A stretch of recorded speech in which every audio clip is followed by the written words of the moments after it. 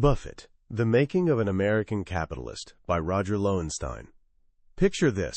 It's the early 1960s, and American Express, one of the most trusted names in America, is drowning in scandal. They own a warehouse in New Jersey where a smooth-talking con artist, nicknamed the Salad Oil King, just pulled off one of history's biggest frauds. This guy filled massive tanks mostly with seawater, floated a thin layer of valuable salad oil on top, then used those tanks as collateral to borrow millions from banks. When everything comes crashing down, the banks are left holding worthless receipts for what's basically giant tanks of seawater. The scandal explodes across the headlines. Wall Street goes into full panic mode.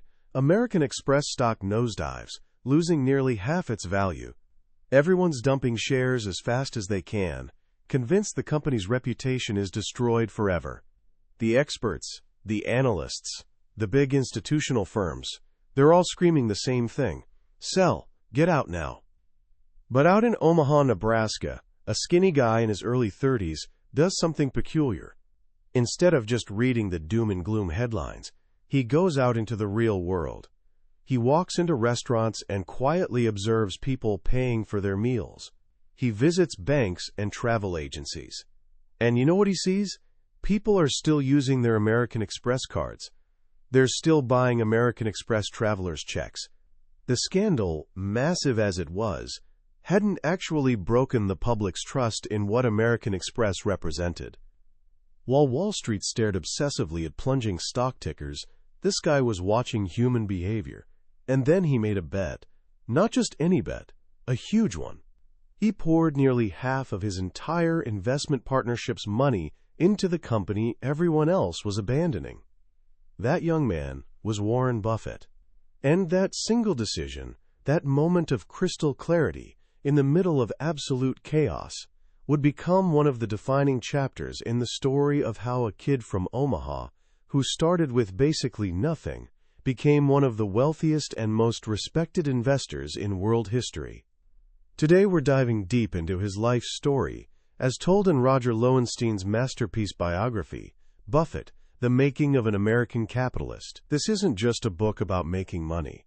It's an American epic about character, about patience, and about a philosophy so simple yet so powerful that it turned the entire world of finance upside down. By the time we're done, you won't just know what Warren Buffett did. You'll understand how he thinks. And that, I promise you, is worth more than any hot stock tip you'll ever get. To really understand Warren Buffett, you've got to go back to the beginning, to a quiet, tree-lined street in Omaha, Nebraska. From the moment he was born, it was obvious this kid was different.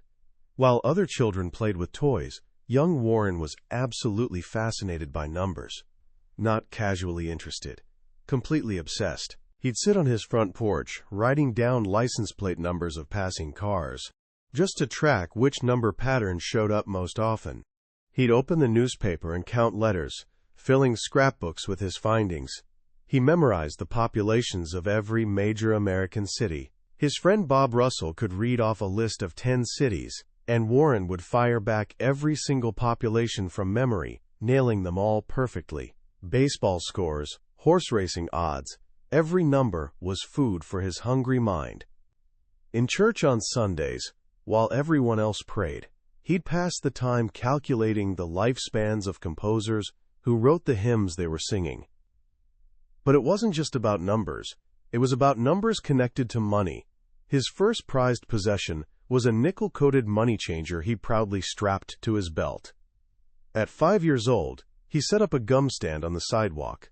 Then he started selling 6 packs of Coca-Cola he'd buy from his grandfather's grocery store for 25 cents, selling them door to door for a nickel per bottle, pocketing a 5-cent profit on each pack. Every single one of these early ventures had a purpose. He wasn't just earning pocket money for a Saturday movie, he was building something bigger. Once, while sick in the hospital, he told a nurse that the numbers he was scribbling on paper represented his future capital. "I don't have much money now," he said cheerfully, "but someday I will, and I'll have my picture in the paper."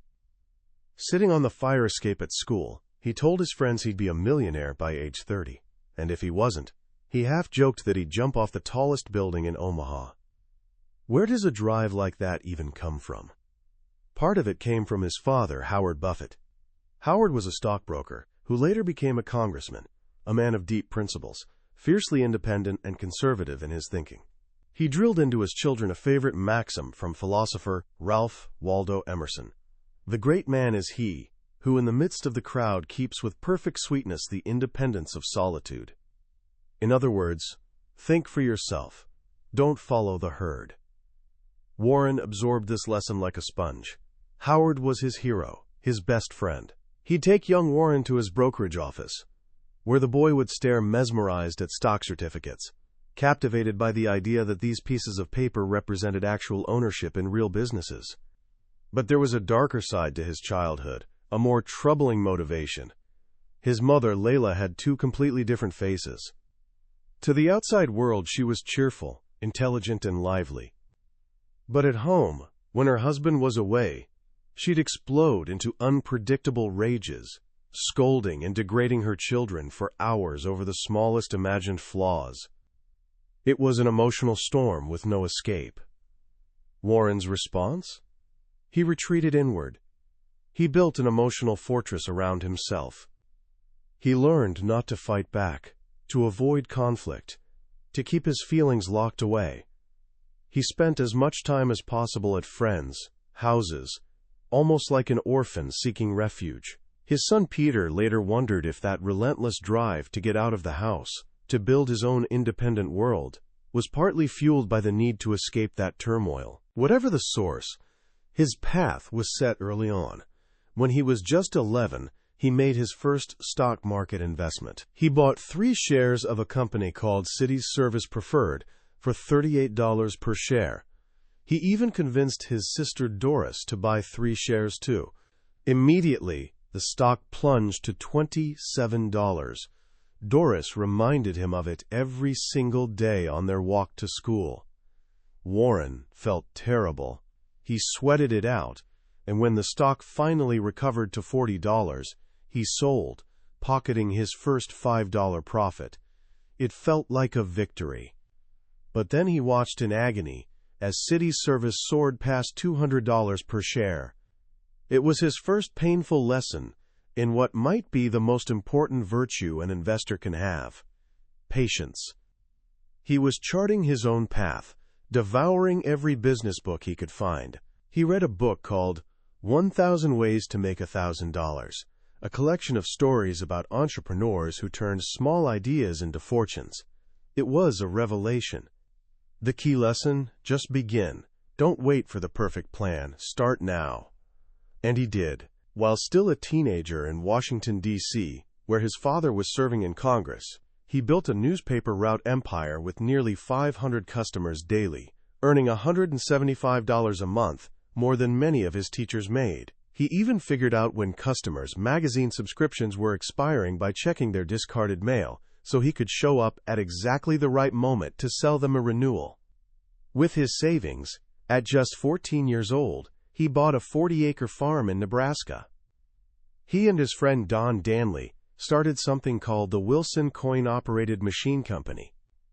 They bought a used pinball machine for $25, fixed it up, and convinced a local barber to let them place it in his shop for a 50-50 split of profits.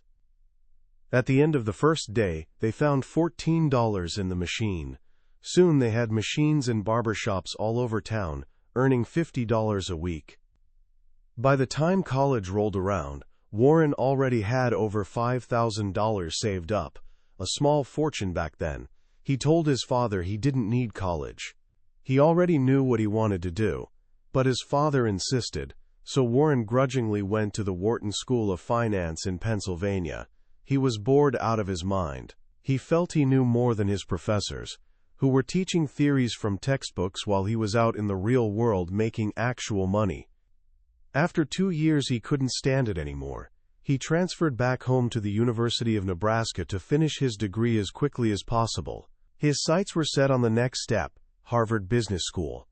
He was so confident he'd get in that he even told his friend Jerry Orens to join him there. But then came the rejection, a short, dismissive interview in Chicago. They told him he was too young. He was only 19. He was crushed. For the first time, his meticulously planned life had hit a brick wall. His father urged him to apply to another graduate school, but Warren wasn't sure. Then, thumbing through the course catalog for Columbia University, he saw two names that changed everything: Benjamin Graham and David Dodd. This was the pivot point. He'd just read a new book by Graham called The Intelligent Investor. It wasn't just a book. It was a revelation. His housemate at the time said it was as if Warren had found a god. Graham and Dodd were the authors of Security Analysis, the Bible of the investing profession. And they were teaching at Columbia. He applied, got in, and headed to New York to study with the master. Up until this point, Buffett had been brilliant, but scattered.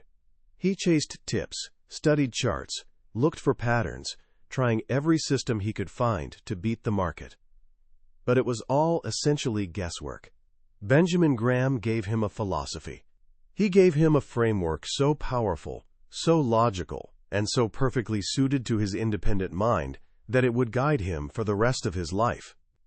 So what was this revolutionary idea? Incredibly simple, actually.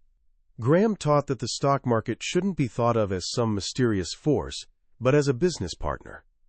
A very moody, irrational business partner. He called this partner Mr. Market. Imagine you own a piece of a private business, and every day Mr. Market comes to your door. He tells you what he thinks your share is worth, and he offers to either buy you out at that price or sell you more. Some days he's euphoric, seeing nothing but a rosy future, and offering you a ridiculously high price. Other days he's terrified, seeing nothing but trouble ahead, and offering to sell you his shares for pennies on the dollar.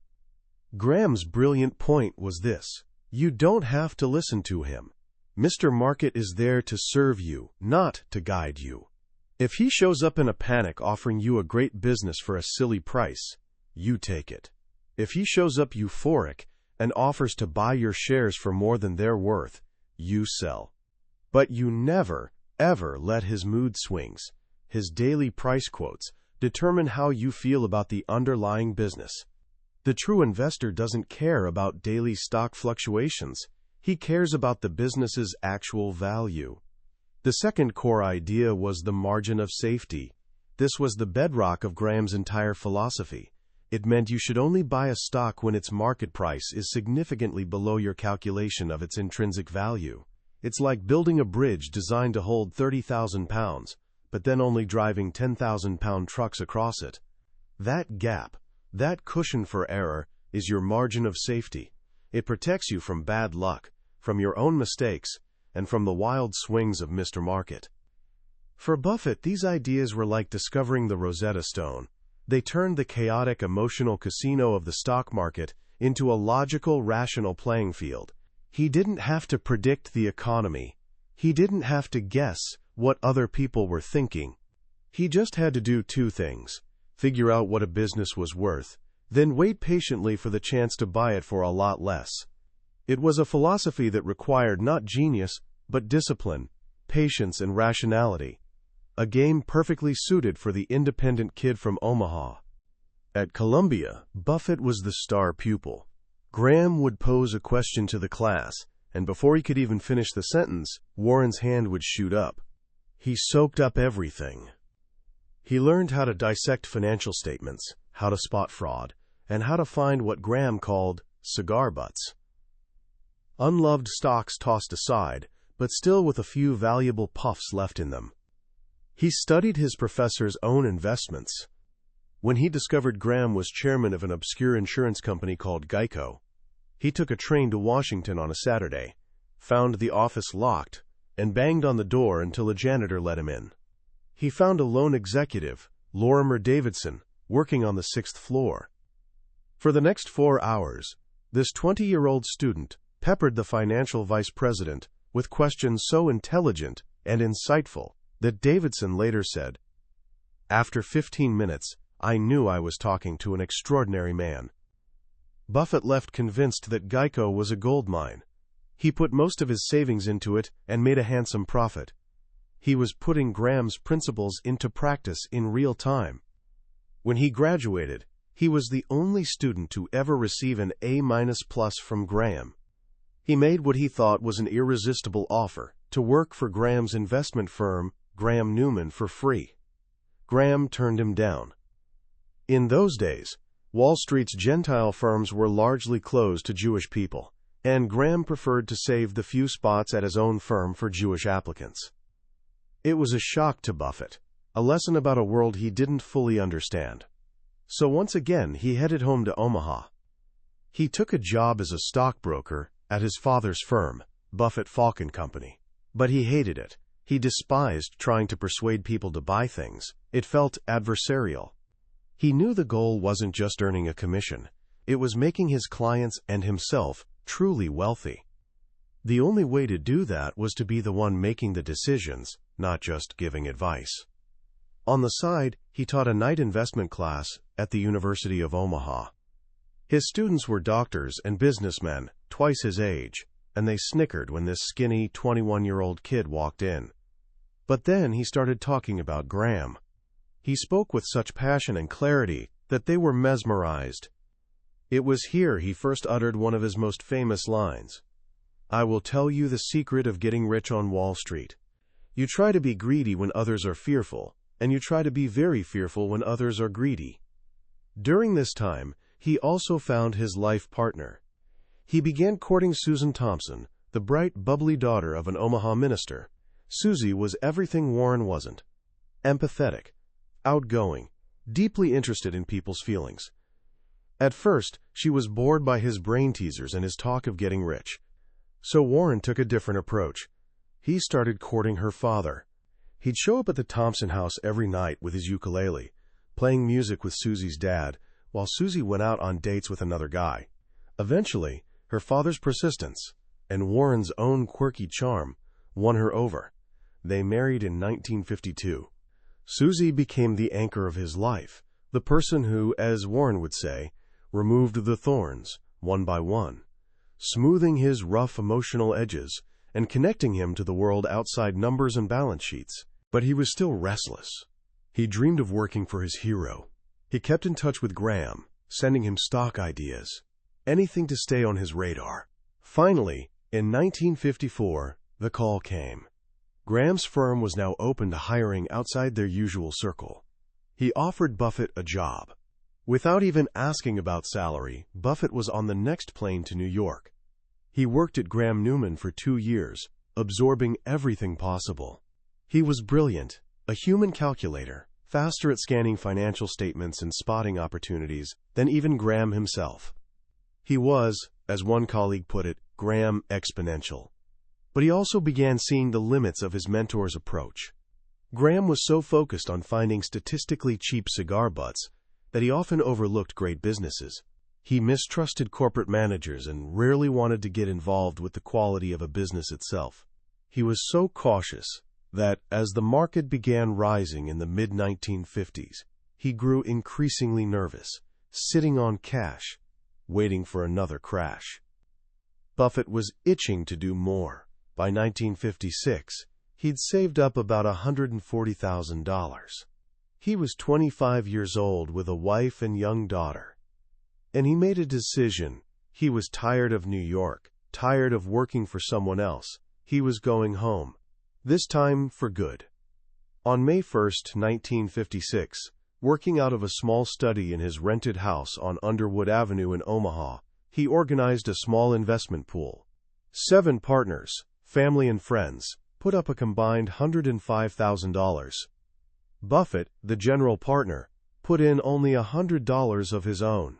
It was a tiny sum, but it was the beginning. Buffett Associates Limited was born. He was finally his own boss. He laid down ground rules that were unheard of. He told his partners he wouldn't tell them what stocks he was buying. He'd report to them only once a year.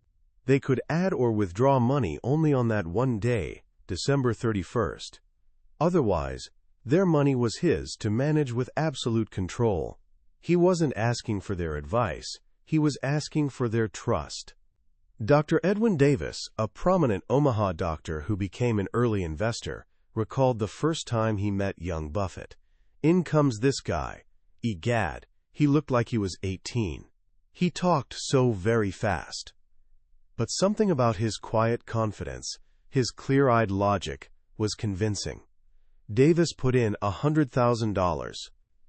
In his first year, Buffett's portfolios gained 10%, while the Dow Industrials dropped by 8%. By the end of his third year, his partners' money had doubled. Word began to spread. This kid from Omaha was doing something special. He was still playing Ben Graham's game, but with his own style. He was more concentrated, more willing to make big bets. One of his first major investments was in a company called Sanborn Map, which had a dying map business but also a huge portfolio of stocks worth far more than the company's market price. Classic Graham play. Buffett bought up the stock, got himself on the board, and forced management to unlock the value for shareholders, making a 50% profit. But it was another investment that marked his true evolution. In the early 1960s, that scandal erupted around American Express. A subsidiary had been defrauded in the salad oil swindle, and the stock was in freefall. Wall Street panicked. But Buffett, as we know, looked past the panic. He saw that the company's core franchise, its powerful brand name, and the trust people had in its travelers' checks and cards, was still intact. He couldn't measure that franchise on a balance sheet, but he knew it had immense value. This was a major leap beyond Graham's numbers-first approach. Buffett was now looking for great businesses with what he called a moat, a durable competitive advantage that protected them from competition. American Express had a moat. He invested 40% of his entire partnership in the stock, his biggest bet ever. Within a couple of years, the stock had risen fivefold, and Buffett had made a fortune. He was developing a dual approach, buying beaten-down, statistically cheap stocks like Dempster Mill, a failing farm equipment manufacturer, while also buying wonderful businesses with strong franchises like American Express. It was the first approach that led him to a struggling textile mill in New Bedford, Massachusetts, called Berkshire Hathaway. In 1962, Berkshire was a classic cigar butt. It traded for about $7.60 per share, but it had over $16 per share in working capital. It was a terrible business in a dying industry, but it was cheap. Buffett started buying. He got on the board, hoping to convince the stubborn old New England management, led by a man named Seabury Stanton, to use the company's cash more wisely. Stanton kept closing mills and using the cash to buy back company stock. At one point, he made a verbal offer to buy back Buffett's shares at $11.50. But when the written offer came, Stanton had lowered it by 1/8 of a point. Buffett was furious. He felt cheated. Instead of selling, he started buying more stock aggressively. By 1965, he had control. He fired Stanton and installed his own man, Ken Chase, to run the textile operations. It was an absolute accident that Berkshire Hathaway became his vehicle. He'd bought it to make a quick profit, but a dispute over 12.5 cents per share changed history. He soon realized the textile business was a black hole for capital. No matter how much money he poured in, it would never earn a good return. But it did generate some cash, and that cash, Buffett decided, wouldn't be reinvested in looms and spindles. It would become the seed money for a new empire. Using Berkshire Hathaway as his holding company, he began buying other businesses. First, he bought an insurance company, National Indemnity. This was the masterstroke. Insurance was perfect for an investor. It generated enormous amounts of cash up front in the form of premiums. This cash, known as float, didn't belong to Berkshire. It would eventually be paid out in claims, but in the meantime, Buffett could invest it for Berkshire's benefit. It was like having a giant, interest-free loan that renewed itself every year. With the float from insurance, he bought a bank in Illinois. He bought the Omaha Sun, a weekly newspaper. He bought See's Candy, a beloved California chocolate maker with a powerful brand name. Each was a good business that generated more cash. The cash from the candy company and the bank and the newspaper was funneled back to Omaha, where Buffett would reinvest it. He was creating a powerful compounding machine. The dying textile mill had become the launch pad for a diversified conglomerate. As the 1960s roared on, Wall Street was in a speculative frenzy. A new breed of go-go fund managers were chasing hot stocks, jumping in and out of the market, trying to catch the latest trend. It was pure speculation, and Buffett hated it. He felt like the rules had changed to a game he didn't understand. His method was buying businesses for the long term. Their method was treating stocks like trading cards. In 1969, at the very peak of the bull market, with his partnership assets at over $100 million and his personal net worth at $25 million, he did something unthinkable. He quit. He wrote a letter to his partners and told them he was liquidating the partnership. He said, "I am not attuned to this market environment, and I don't want to spoil a decent record by trying to play a game I don't understand, just so I can go out a hero." He returned their money, giving them the option to take their proportional shares in two of his controlled companies, Berkshire Hathaway and a retailer called Diversified. Many of them did. Buffett, now 39 years old, was effectively retired.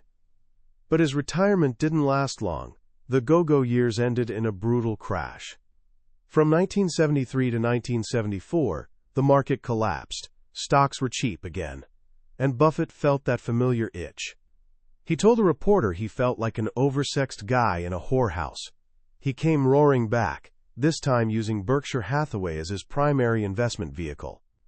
He bought a huge stake in the Washington Post, another dominant media franchise selling for a fraction of what its assets were worth. The Graham family, which controlled the paper, was terrified of this mysterious investor from Omaha. But Buffett charmed his way onto the board and became the trusted advisor and closest friend of its publisher, Katharine Graham. He helped her navigate strikes, business challenges, and the world of Wall Street, all while his investment grew from $10 million into hundreds of millions. Throughout this period, his thinking was being sharpened by his intellectual partner, Charlie Munger. Munger, a brilliant, opinionated, and deeply ethical lawyer from Omaha who'd moved to Los Angeles, was even more skeptical of Wall Street than Buffett. He pushed Buffett away from Graham's cigar butts toward buying wonderful businesses. "It's better to buy a wonderful company at a fair price," Munger would say, "than a fair company at a wonderful price." Their partnership was a true meeting of minds. They'd talk on the phone for hours, finishing each other's sentences. Munger became Buffett's alter ego, the abominable no-man, who would challenge his ideas and keep him intellectually honest. By the 1980s, the Berkshire machine was in high gear. Buffett was now a billionaire. The annual meetings, once held in the company cafeteria for a handful of people, had become massive events, pilgrimages for thousands of shareholders who flocked to Omaha to hear the oracle speak. His annual letters to shareholders became must-read documents, filled with homespun wisdom, brilliant insights, and a level of candor unheard of in corporate America. He wrote about accounting, about management, about the follies of Wall Street, all in a clear, simple style anyone could understand. He wasn't just an investor anymore. He was a teacher. He continued making huge, brilliant bets. He invested in Gillette, seeing the incredible power of its razor and blade franchise. He bought a massive stake in Salomon Brothers during a crisis, becoming its interim chairman and saving the firm from collapse. And then, in 1988, came what might be his greatest investment of all. For over 50 years, he'd watched Coca-Cola blanket the globe. He knew its power. He knew its economics were incredible. You make a syrup for pennies, sell it for $1, and it's sold to people who are, in his words, addicts. The company had stumbled in the 70s, but under a new chief executive, Roberto Goizueta, it was refocusing on its core global brand. Buffett saw that its international growth was about to explode. After the stock market crash of 1987, the stock became cheap, and Buffett pounced. Over several months, he invested over $1 billion, acquiring 7% of the company. At the time, analysts thought the stock was expensive. But Buffett saw a business with a moat as wide as an ocean, a brand that was irreplaceable, and a future of unstoppable growth. Within a few years, his billion-dollar investment had tripled. The story of Warren Buffett is the story of a man who built an empire by staying true to a few simple ideas. He never tried to be the smartest guy in the room. He just tried to be the most rational. He ignored the noise of the market and focused on the reality of the business. He sought out managers he could trust and then left them alone. He lived simply, worked constantly, and never, ever forgot that the first rule of the game was to avoid losing. In a world of fleeting trends and complex strategies, he held on to the timeless virtues of patience, discipline, and a deep-seated belief in the power of common sense. And in doing so, he didn't just get rich, he created a legacy that will be studied for generations to come. When you strip away all the billions, all the famous deals, and all the legendary stories, what are we left with? What's the single most powerful lesson from Warren Buffett's life? For me, it's this. Success in investing, and perhaps in life, has less to do with a stratospheric intelligence quotient and more to do with temperament. It's about having the right emotional framework. Buffett himself says it best. He says you don't need to be a rocket scientist. In fact, he jokes that if you have an intelligence quotient over 130, you should probably give 30 points back. What you need is emotional stability. You need the ability to think for yourself and to tune out the roar of the crowd. Think about it. Every major investment he made, American Express during the Salad Oil crisis, the Washington Post during the 1974 market crash, Coca-Cola after the 1987 crash, was made when everyone else was consumed by fear. He wasn't smarter than everyone else. He was just more rational.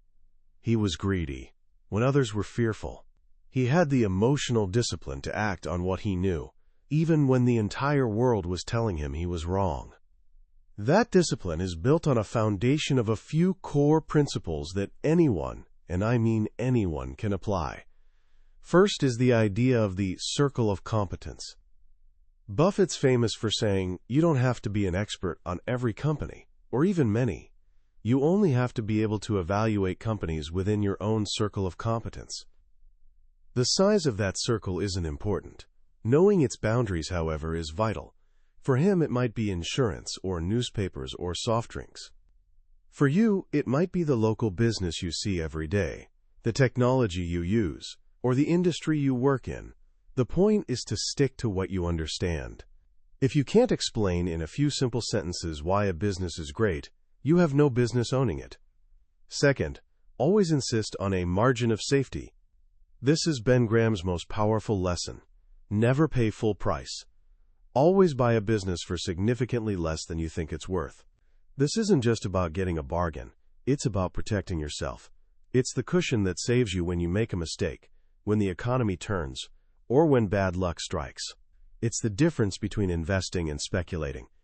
And third, think of a stock as a piece of a business, not a blip on a screen. Before you buy anything, ask yourself one simple question. Would I be comfortable owning this entire business if the stock market were to shut down for the next 10 years? If the answer is no, don't buy it.